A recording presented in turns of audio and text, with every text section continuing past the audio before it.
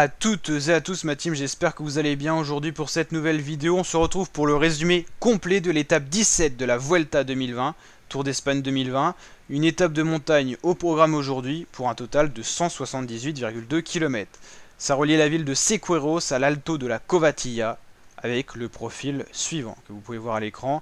Une succession de cols, pas forcément très difficile, troisième catégorie pour la plupart. Il y a eu quand même du première catégorie avec le Puerto del Portillo, l'Alto de San Miguel, l'Alto de Cristobal, l'Alto de Penacabera, la Garganta et l'arrivée à l'Alto de la Covatilla pour un total de 178 km qui nous a réservé du spectacle.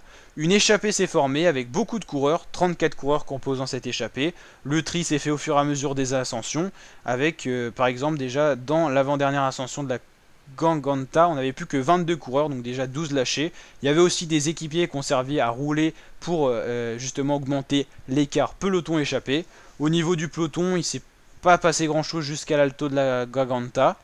Justement dans cette ascension dans l'échappée, c'était Bruno Amirail qui roulait pour son leader de la FDJ, David Gaudu, 11e du général à ce moment-là, qui était dans l'échappée. Il y avait également De La Cruz, 10e de général dans l'échappée, ça c'était les mieux classés.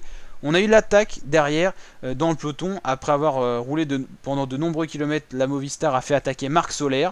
Il y avait Irviti dans l'échappée, Irviti a attendu Soler et a permis à Soler de réintégrer l'échappée.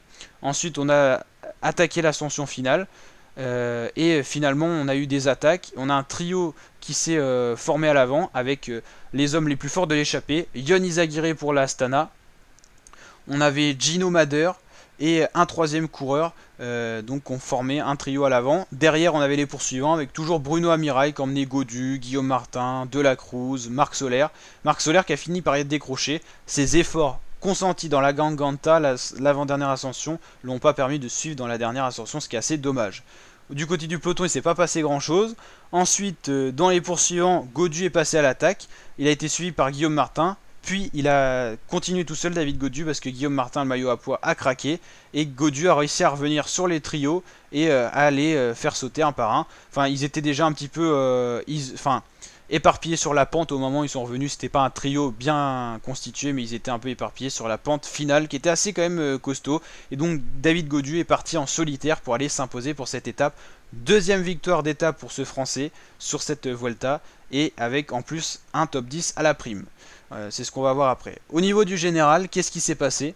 On a eu une attaque de Hugh Carty au début, seulement suivi par Roglic, Carapaz et Enric Mas et Vlasov. Et ensuite, on a eu l'attaque de Carapaz qui n'a pas pu être suivi par Primoz Roglic.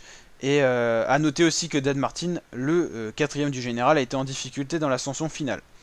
Finalement, Enric Mas est parti tout seul.